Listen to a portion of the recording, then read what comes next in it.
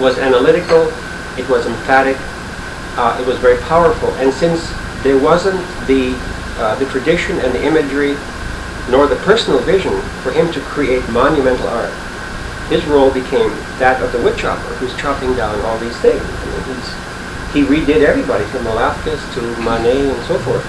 And so, historically, he may be the great leveler, the final person to have changed art history. He may be the connecting link between the past and the future.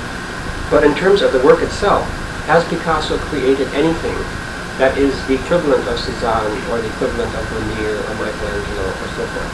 As an historical force, as a genius, as one of the really great draftsmen of all time, that's one thing. But to be a great draftsman is different than being a great artist. Where is Manet? Where is Manet? He threw in that Manet Vermeer is one of the great 19th, one of the greatest 19th century. Now, why did he throw in Vermeer? What's that? Why did you throw in Vermeer in that particular sentence where you were talking about Picasso? Did he create anything as did Cézanne, and then you threw in Vermeer? I agree. I have no disagreement with that. Yeah. But we always are amused by your writing when you do that. There'll always be this odd man out. Yeah, well, it's my attempt to be to remind myself and my readers that we mustn't always discuss those 4 or 5 pivotal figures. There's always a name too that we think, who? Oh yeah, well, certainly not Vermeer. I mean, because no, not Vermeer, but because Vermeer is someone that I had to learn to really appreciate. Because there's nothing overtly dramatic about him. Because he could be very bad and very pedantic, and I thought in the early yet he could be fantastic. Yeah, he had a whole range of qualities. Well, see, the thing about Vermeer is that there is no sense of moral judgment. I mean, there's nothing psychological about it. He's dealing, as I think really was that was Manet's his genius too. I think was the ability to really see. Rockwell, I could see you throwing Vermeer in. Yeah. Because it was a wonderful, warm, you could feel the warmth of the sunshine and so forth. You had that same feeling that Rockwell could do quite well. But it was, I guess you'd say, romantic in a sense. I always think of Vermeer as romantic. I don't. No, see, I see Vermeer and Mondrian as being 2 peas in a pod. I think those 2 artists would have understood each other so well. They could have spoken the same language. Vermeer is the one who worships light and creates it. Yeah, and form. And form. Yeah, and that the thing form is that through light. Vermeer found perfection here in the physical world. Mondrian had to find it in his mind, his imagination. And now that might seem like a very different thing, but it really isn't, because it's the perfection that really binds them together. Is that why you say Cézanne had it all in one package? Yeah. Because he could do both? Yeah. That's the way I always felt. But I felt he's the last one, really. I mean, that you have someone like, for instance, Braque, who attempted a harmony. He threw out, he threw out a few things that Cézanne didn't have to throw out. And he did it because things changed, because of Cézanne, for one thing. Why does no one speak of Braque very much? Fashion. There again, because he is an artist who focuses on harmony, in structure and form. And even Vermeer isn't spoken about a great deal. Vermeer does not get the reputation, and Velázquez neither. I mean, the people who get the big PR these days are the anxious people, are the ones who the Goya, the El Grecos grappled with. Yeah. Well, isn't this understandable in that if the arts are in art, you're supposed to be, you are using a hint of your times, and with what this world faces today, that this would represent the period that we're in, to have this anxiety and this unstructured art. Well, I would agree there. I would agree there, but I think that, I think the artist's ultimate responsibility and greatness lies in something, in a perception of health, in a perception of wholeness. And that a great artist, instinctively or intellectually, and I would say that Mondrian has the elements of greatness, even though he was a very limited artist, that a great artist is someone who has the potential of healing humanity. if it be a religious, a great person in a spiritual sense, or a writer, or a painter, or whatever, I feel if I feel disoriented, I can go to a Cézanne or the Guggenheim Museum, and it's a third-rate Cézanne, and I can spend 5 minutes with that painting, and I leave, and I am Ted Wolfe again. I'm more Ted Wolfe than I was when I went in, and that quality is so valuable. I mean, that could potentially save the world, because we are in a process, it seems to me, of always, if we are able to maintain ourselves, it's by 51%. It's an awfully close. I mean, this century, we have survived this century, but we almost didn't. I mean, we came closer to losing everything in the 20th century than we ever did before. No, we haven't gotten it. We still have 14 more years to go. But we might make it. And so I think it's desperately important. This whole issue of greatness is not something that is in the back of my mind. I think this is really what this whole thing is all about. Could you comment on healing Hopper thing in is what's this? coming on now. Pardon? Could you comment on Hopper in this context?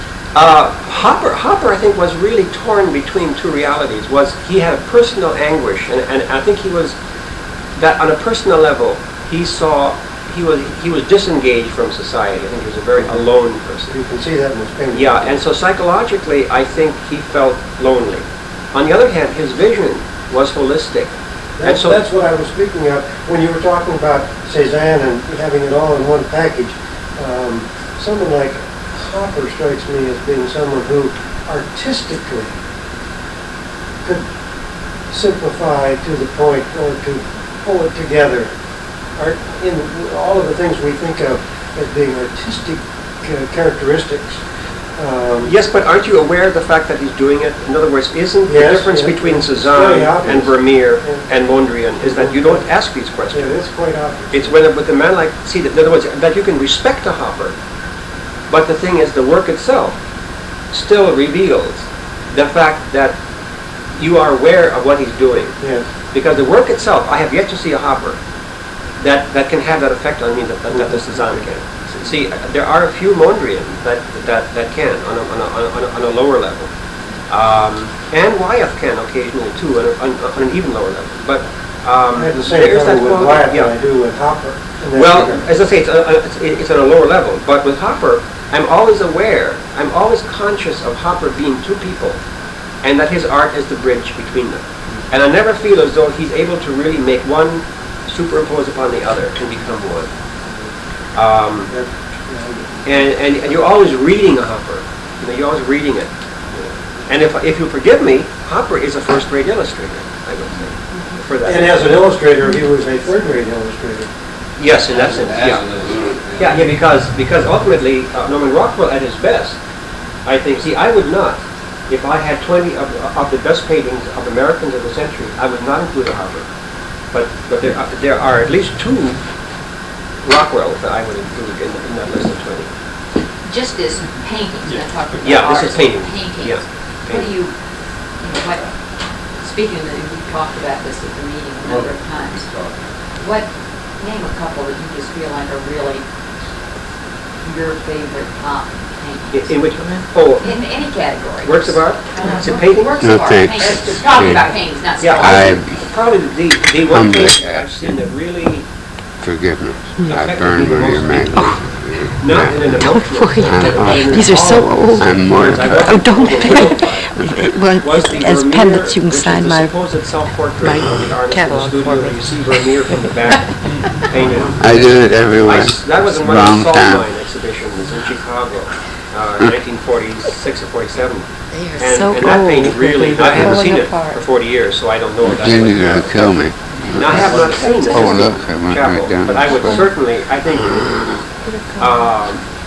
I would put Michelangelo above everybody by a considerable leap. I mean, and this is personal now. I also have not seen the Giottos, but I've heard people. You're reading Chaplin. Yeah, I've heard that. In fact, so I have to exclude them because all I've seen is reproduction. But Michelangelo for me is such a glory. Yeah. Painting or sculpture? primarily, I have a greater affinity for painting than sculpture, so I prefer the painting. The painting's in the drawings. I switched to sculpture. Oh, hey, did you? Yeah. Well, I mean, we were in Florence a few weeks ago, and a month ago, or I don't know. But I just think of somebody bringing this big block of marble in, Yeah. and if you go too far, you can't come back, you know. And Well, they're incredulous. You see, now I haven't seen those either. See, that's the problem. Where do you see them? You're right up close, you're right on top of them. With those monumental things you see in the Duomo, you think, they look so monumental, and when you see them, you're in a room about this size, it seems like, and you're on top of them, and they're overgrown. But isn't that true also of the frescoes? I mean, I would Have think you that's... seen the Yes, Sistine but Chapel? you Have gotta- you seen cleaning it? I've No, seen the, no. I've seen the Sistine Chapel, and I was overwhelmed. I like the Giotto's especially- better than the Sistine Chapel. Well, I was more overwhelmed. I went to see Michelangelo with a little bit of reserve, and he was too much. He was overstating everything. But I have never forgotten the tremendous impression, especially God moving on the surface of the earth, and that is almost an abstraction. But the important thing is it's not. It's not. Yeah. I mean, even though it may appear. It may appear, but it's there in full Because I form. know that in the 60s, it was, or 50s, it was so many people would say, look at this 3 square inch area of a Rembrandt painting. Doesn't it look like a Jackson Pollock? And I said, but that isn't the painting. No, painting, it's That's good. the old painting. That's good, yeah. Well, Wonderful. that's what Murray Dinkelman does. That isn't the painting, you know. That's beside the point. That's Very beside the much point. so. Yeah. Well, 1 or 2 of Durer's in Rembrandt's. I love Prince. The area of Prince is one of my favorites. I would say the 3 Crosses, the etching by Rembrandt, is one of my all-time favorites, and Durer's engraving of Night, Death, and the Devil. It really, I mean, it varies. I just happened to see a reproduction of something by Hugo van der Goes, the 16th century Flemish, that at this moment is one of my 10 favorites. You know, it also was 40 years ago, but then for 35 years I'd forgotten about it. So, you know, Which one was this? Which one was this? It's the Portinari altarpiece. Is that Hugo van der Goes, or is that? Yeah, I think it is. I think it is. Trying to Yeah. picture it in my own mind. Yeah. It's right when you go from the very primitive Flemish into the more sort of Renaissance influence kind of work. Okay, let's move up to the 17th century. Well, 17th century. Well, that's the century. I mean, That's the painting. has We there said ever that been before. has there ever been a century except No. possibly the 19th? No. I mean, the 17th and 19th century. Those are the painters. I mean, They are. God. They are. And the sculptors as well. Yeah. Yeah. You can omit the 18th. Oh, now the 18th altogether, century. but- Yes, you really could. Yeah. Except for the late, except for Goya, who's coming Yeah. up. Yeah. Speaking of that, just reading about the Gare d'Orsay Museum, are you itching to get to see that? No, not particularly. No? You think it's too manipulated? No. It's just I really don't have quite the greater landscape, really, or cityscape than that view of Delft. Move to Spain. Move away from Northern Europe. I'm not sure about El Greco, especially after having Well, gone over that's there for the El Greco show. I like the earlier El Greco. San Francisco is just amazing. Some portraits are wonderful. Would you go as far as to say that Rembrandt was the greatest painter of all time? Well, if you're using the word painter, I would probably say movie. Well, then Because artist. Rembrandt really, if you look at Rembrandt's copies of transcriptions from Rubens, he just simply floundered when he tried to be a famous singer. I think Rubens in many ways is. And if you use that term, no, because Rembrandt is really doing. No, I think You're I would say divorcing that- painter from artist. Is that the idea? Yeah. You're saying painter in a Yeah. In professional an way? ultimate sort of, it's difficult distinction, but, Such yes, as yeah. Halls was a painter, or Yeah. Soroya was a painter, or a painter, or as an artist. Where would you put Velázquez in there? I would put him in there too, although I was really quite disappointed in him when I saw him work in Madrid. Is that right? Yeah. I was too. Personally, I think. I was too. Reproduces marvelously. But they say it's been, that I was there in '82 and they've cleaned one or two of them since then, and they say it's a bit different. But, yeah, I think if one stumbled across him, one would be him so much. And I think that, at least in my case, I'm a little jaded in my reaction to him. Goya, certainly in terms of his so-called black painting, those very late things, those are... I've never been a That's Goya what fan it as is. a painter, Painter is but as a graphics man, Oh, yeah. there's probably no stronger person. I just got a big Goya book with everything in it, and it's enough to He's curl your hair. one of the few artists that seemed to me could make a social comment, and his art transcended the You're right. comment. Yeah, he turns it into a universal statement rather than a particular social comment. Yeah. You mentioned one time that your decision about who you liked it always had to do with the context of the times. And I recall going the first time I went to the Prado and saw Ribera's for the first time. Having been familiar with that kind of painting, I hadn't seen a large number of Ribera's. And it all came, his work all came together for me. It was, in a sense, religious illustration, but nevertheless, it was done so much better than Murillo or some of his contemporaries, even Velázquez. I had the feeling there was some more passion there, yet you don't. Would it be easier for you to work Well, with him? also Zurbarán, you don't hear much about him either. I mean, I think that, and you don't hear much about... Zurbarán couldn't draw as well as Rivera. No, but also you don't hear about Hugo van der Goes very much. I mean, there are certain names you never hear about unless you take art history courses. Would you think Delacroix ranks as one of the great painters? The No, French I know, yeah.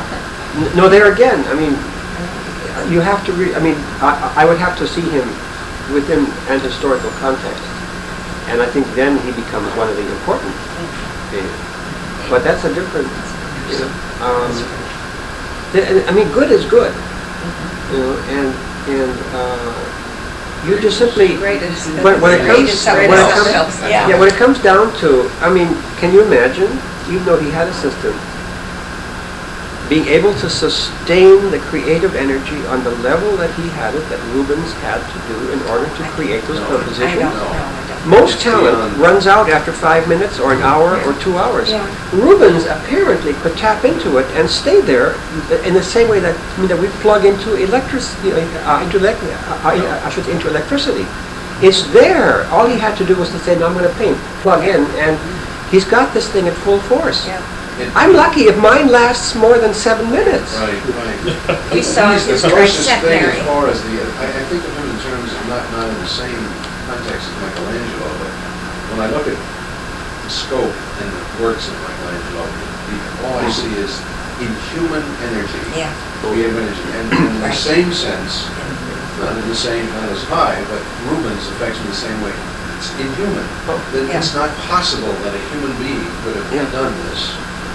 Granted, he had a raft of people who helped him, but the stuff that he did himself was...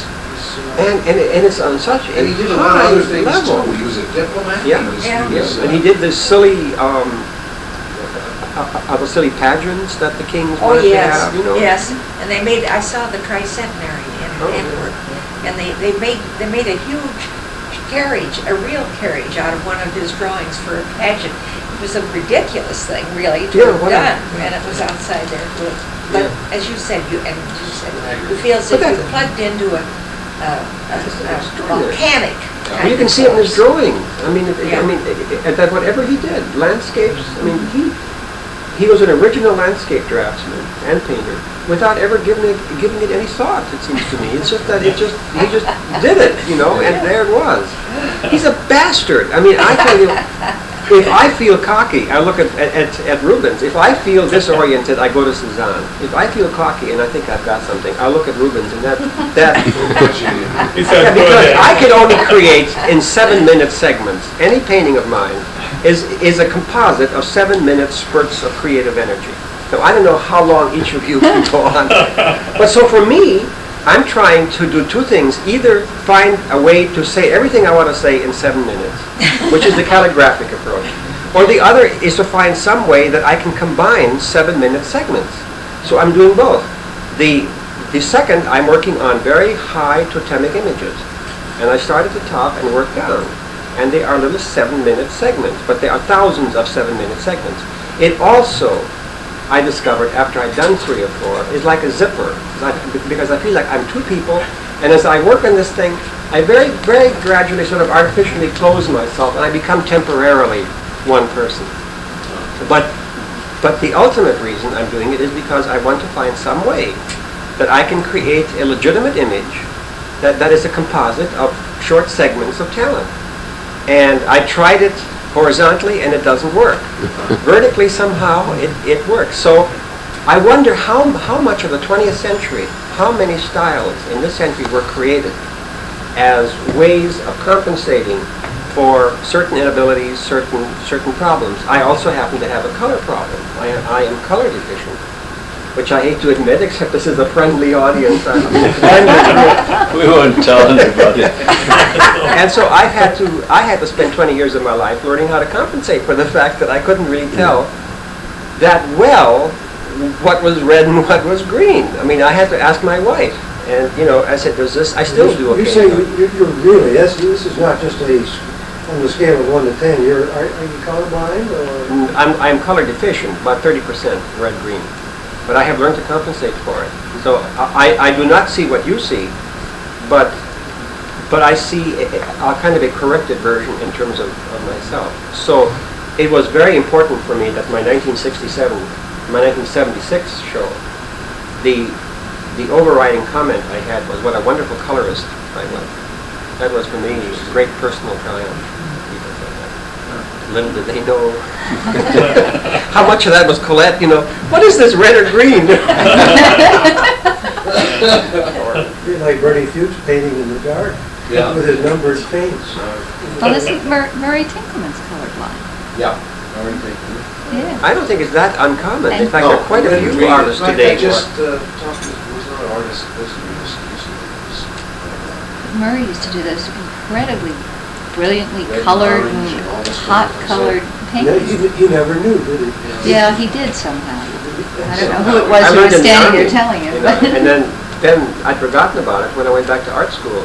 I was practically getting an F in my printmaking course because I was making colored wood blocks, and I thought they were gorgeous things. And my instructor he said, Ted, I don't understand it. He says, you're a very good artist, but these things are awful. He said, I just can't pass you. And I said, well. And then he said, are you by any chance colorblind? And then I remembered that in the Army I had not passed the colorblind test completely. So, no, but I think that's one of the things that I find is unfortunate today, in that I don't know, except here and there. I think Carter Radcliffe is sensitive to it, and there are a few other critics. There really isn't a call for good painting or for good drawing. And I mean that in the simplest possible sense. I don't mean if that's abstract, or if it's good painting in the sense of Morandi being able to get 3 exquisite relationships of gray or silver, or if it is good painting like Rubens or like Sargent or whatever. There really isn't. They seem to have forgotten that art has the same kind of physical vivacity as a landscape out there, or that a human face has. And it becomes such a cerebral, psychological entity, and which is very important.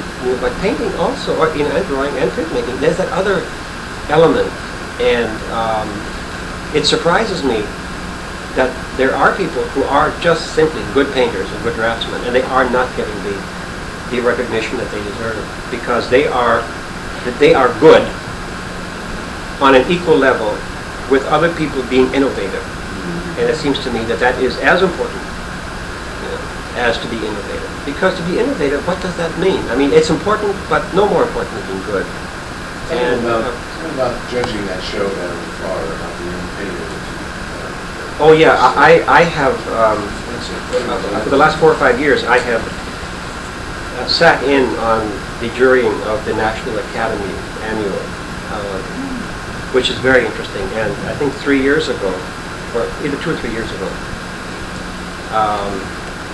well, just to give you a quick, they have the 4 categories. They have the painting category, watercolor, graphics, which includes drawings and print and sculpture.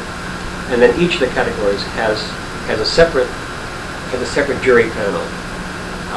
In painting, there are 5. 5 for selection, and then 5 for the awards. And what they do is that they have the staff run by everything that has been submitted. And this year, I think there were about 900 paintings, and most of them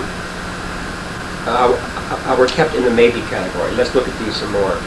Maybe 10% were that they were immediate rejections or they were immediate acceptances. Now, these are the actual paintings, not Yeah, slides. this is the actual stuff. And of the immediate acceptances, there was a painting of a young woman, rather academic-looking work, that had a slight resemblance to some of Raphael Sawyer's paintings. And I thought, really gorgeous painting, marvelous. I had no idea who the artist was, and at least 4 of the 5 jurors commented also what a marvelous artist this was. So anyway, the artist won one of the secondary awards, and it turned out to be a 24-year-old recent graduate of the National Academy. And a year later, I was in Fort Lauderdale judging the Southern Florida exhibition of work in the low thousands, and there were 2 paintings by this young man that I spotted, and one was really superb, marvelous, and the other one was okay, but it wasn't up to the first one. Well, as I started to eliminate the work, it became increasingly clear to me that I was running into something of a problem, because the highest award was something called the Best of Show, and it wasn't the most innovative or the most original or the most modern or whatever. It was Best of Show, and it was the only painting that was representational, that was in my final group. I think there were 11 or 12 final awards. And it really got down to the point where I had to speak to the director and I say that I think we are going to have a problem, because I have to give this particular artist, the top award. It is the best painting. It's not the most innovative or the most original. I said, but those works which are more innovative or original are flawed. And this painting is not. I mean, in its own terms, it is an almost perfect work of art. And fortunately, he agreed with me. He said, in fact, he had talked the young man into entering the show, because the young man, he had already had experience in this area, and he knew that he was in trouble. So anyway, I gave the award to him.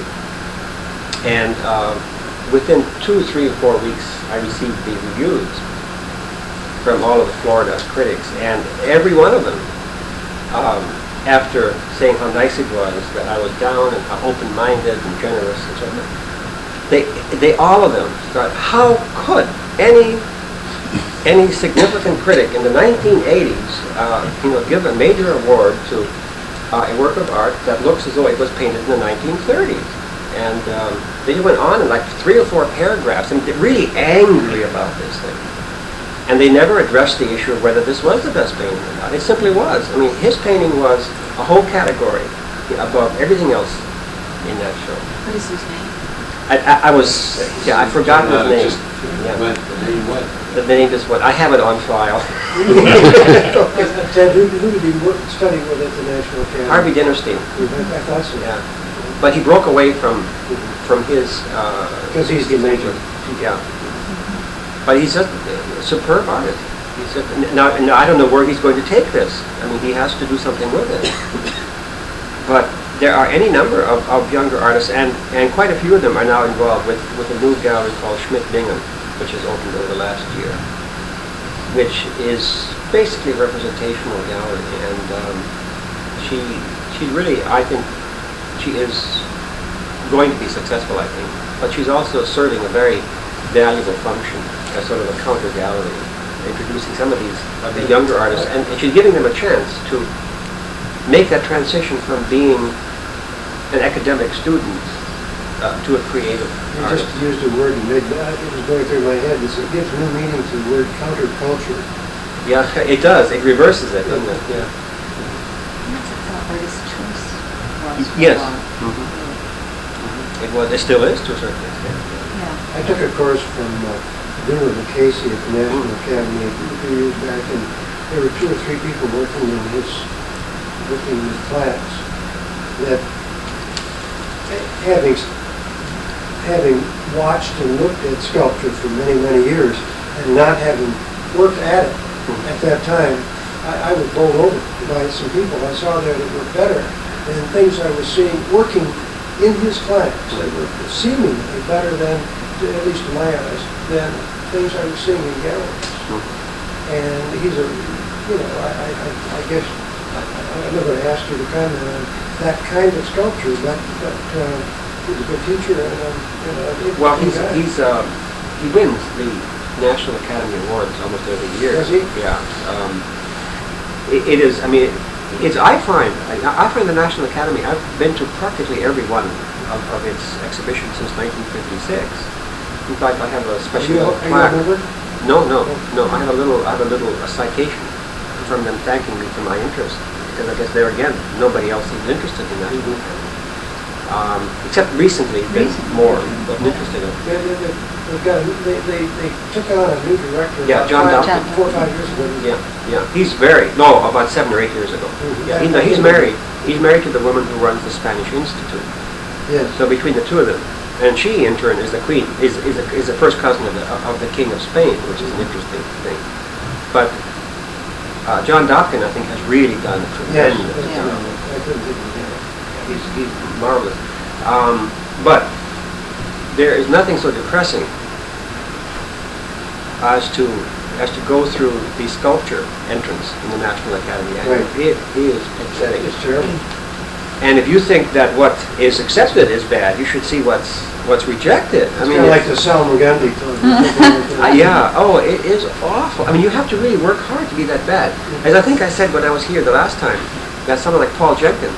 I mean, you really have to work for 40 years in order to be as bad as Paul Jenkins. And same thing with some of his sculptures, I think. No, I happen to like Lucchese. He did a piece for, there's a little area on Broadway at 89th, I think it is, 88th. As a matter of fact, it's a big restaurant called the Montana, which is owned by the son of Bella Fishko, who's the director of the Forum Gallery. That's where Casey shows. Yeah, right. And David Levine and... So she, through her son commissioned through Bella, a life-size sculpture of a park bench with, I think, 3 or 4 women. Did you see it? Yes. Yeah. But what's interesting about it is that it's life-size, but I learned that if you want to make something that looks life-size, you have to make it larger than Yes, life-size yes. as a sculpture. Yeah, because it looks puny. Well, if you're what is his name, Johnson? Yes. Philip Johnson, you can cast him. Seward Johnson. Seward. Yeah.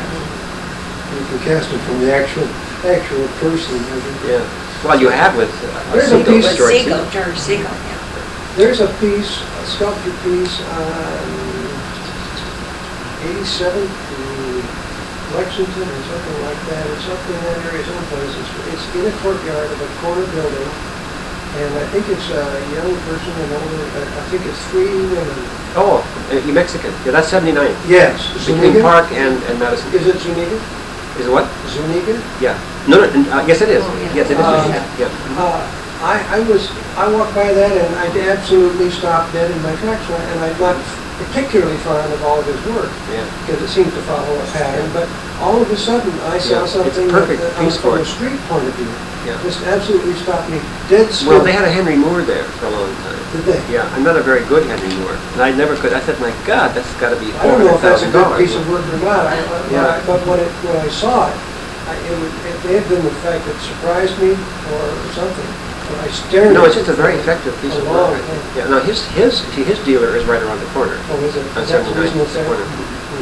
So I think Have there's you some. seen the Henry Moores in Toronto? No, I did not. They got a whole gallery of Henry Moore. Yeah.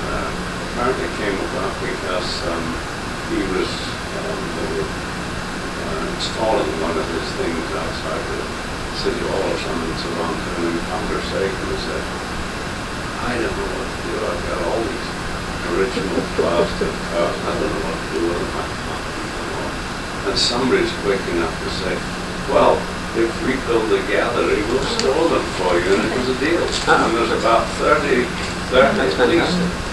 Henry Moore's in this fine gallery in Toronto.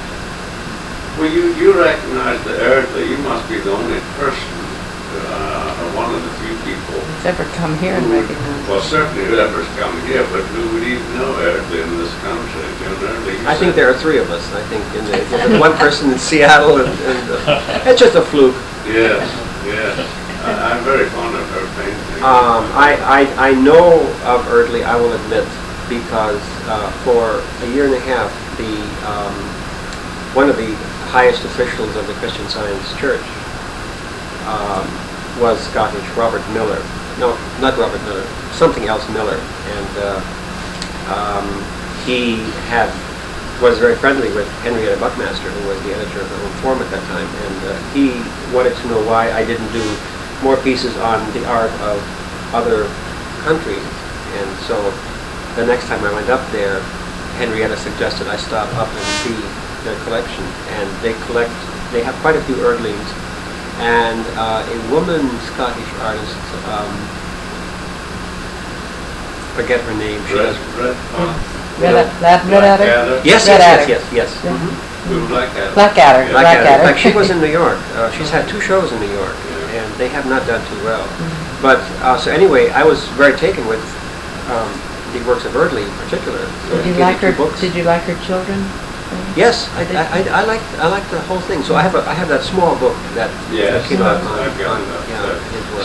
She's, I like her work immensely. I'm not so interested in her, I'm more interested in her seascapes and landscapes. Well, the seascapes are the ones that really struck me Yeah. the most from the reproductions. You know. But if you are going to do children's paintings, I thought she did as well as anyone. Yes, that's good.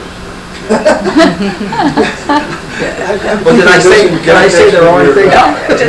Recent prints, Joe. If you are going to do children.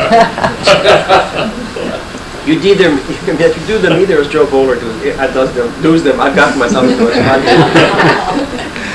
Joe just had a very successful print show at the charitable thing. You know where you're going? Reproduction.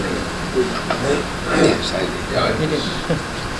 Well, you probably know, I mean, it's obviously crossed my mind too, having seen a lot of art around the world, and we've often talked about it in the mornings when we meet, about the amount of painting with color paintings that are all over the world. Every country where you find awfully good artists in these countries, which we, of course, here know nothing about whatsoever unless you have to be in these countries and see them. I've got a splendid book upstairs of Australian painting. You know, one doesn't think of Australia as a country with great painters, but I'll let you see the book before you go. Well, why should we? I mean, That's each right. country, I mean, that we don't know who the excellent Australian lawyers are, or No, that's physicians, right. or, That's you know. right. And if you did choose to write about them, you chose to know who's very interested in Yeah, what's the only happening thing is, so- well, in the case of the Monitor, since it's an international paper, Yeah. and we go to 144 countries, Yeah. I think it's sort of placating the reader, sort of an attitude. Yeah, no, there aren't many. I think that, well, but I think that Erdley is interesting enough to write about. You know, Yeah. I mean, not in any depth, but a certain extent. It's interesting. I think if you have an ongoing series, it's as legitimate. It is legitimate and of interest, I think, to include a few people. You commented earlier about Russian painters, and anyone who's bothered to look at the history of Russian painting realizes that it's been like something done in a vacuum as far as Western civilization is concerned, because there's the whole spectrum of painting, from the 18th century, well, actually earlier than that, the icons and so on, to contemporary times, and it's bridged the whole. Well, but I think it's primarily it's the 19th and very early 20th, I think, where you have the really sort of genuine flavor, because the 18th century, really, the Russian art did look sort of French, didn't it? I mean, yes, a lot of French-looking stuff. And it wasn't until about 1820 or so when you get that really sort of that heavy, ponderous, wonderfully rich Yes, but kind of. whatever they did, I'm sorry, they I had wasn't rushing. they had the whole gamut from academic to first class. Yeah. I mean, they have first class painters that are Yep. fairly known. And thrilling painters in some instances. Well, last night, before I went to sleep, in the bedroom that I have in your parents' house, there's a book on the collection of some club in Pittsburgh.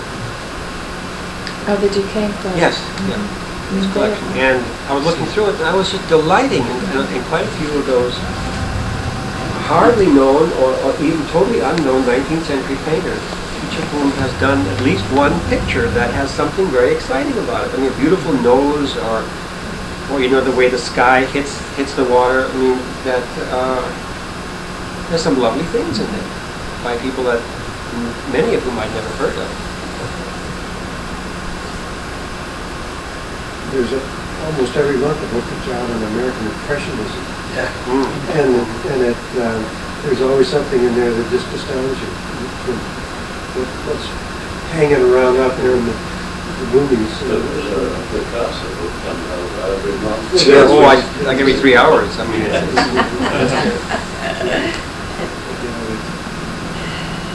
You've never done an article on Macchioli, that group of Italian painters in the mid-18th century, 19th century, sorry. That's a fascinating period because they were really in 1860s, which almost was before really the start of the Impressionists. And there was a group of them there, 7 or 8 mainly, that were painting broken color, warm and cool. Their form was not quite as destroyed as the was that Segantini one of them? was one of them. I can never remember. A whole bunch. I've got the book. In fact, there's a book out. One fellow was brought from Italy. It's about $170. Huge, beautiful book on it, which I'd like to get. But that whole area is. I mean, the more I study the Spanish and the Russian, Italians of that era, that wonderful stuff is going on in all these countries. The French got all the good press, I mean, because Mary Cassatt came over, and so we heard, not that they weren't the ones that really influenced a lot of it. It's amazing how many, for instance, you know, Levitan, the Russian landscapist painter. It's the name I can't place it. It's just an exquisite landscape painter. Look out but I keep running into these, and they're all at the same time. And maybe they came in for a year to Paris, and then went back and picked up that color, and used it their own way. Not the same way the French did, but we never heard the French got all the. But I think that's also true in this country. I mean, that we have the equivalent group in the same Exactly. period. Yeah, that we know them because we're Americans. But I think that's quite universal. I mean, the Belgians had a pile of very interesting paintings, and practically everybody did. You know, the Dutch certainly did. But it's almost as though they didn't quite score. You know, I mean, they were either born 10 years too early, or they whatever. I mean, they just didn't have. There is a painter very excellent painter named Joe Solomon. Does that name ring a bell? There's Sid, Sid, yeah, he's living. Yeah, Sid he's living. Solomon. No, it's Joe. Solomon. This is Joe Solomon. Joe Solomon. He was one of the best painters of the 30s and 40s. Printmaker too, Yes, yeah. I worked with him. Oh, did you? Yeah. Yeah, we took the same class at the Graphic Center. Probably because he done monoprint. That's when he was learning how to do them. He Yeah. was working on it, yeah. And he, in the 40s, in the 30s and 40s, he was a part of the group that included Rothko and Klein and also Gorky and all of that bunch. And he was probably better known than any of them, and probably was doing better work than any of them were. However, maybe that's the problem, is that he was better than they, so he was comfortable where he was. However, comes 1942, 43, 44, 45, certainly 46 and 47, and everybody else makes that leap forward into abstract expressionism, except for Joe. And I asked him once, why didn't you leap along with the rest? He said, I don't know. I felt it wasn't very important to be painting street scenes and houses and things like that. And he loved what he was painting.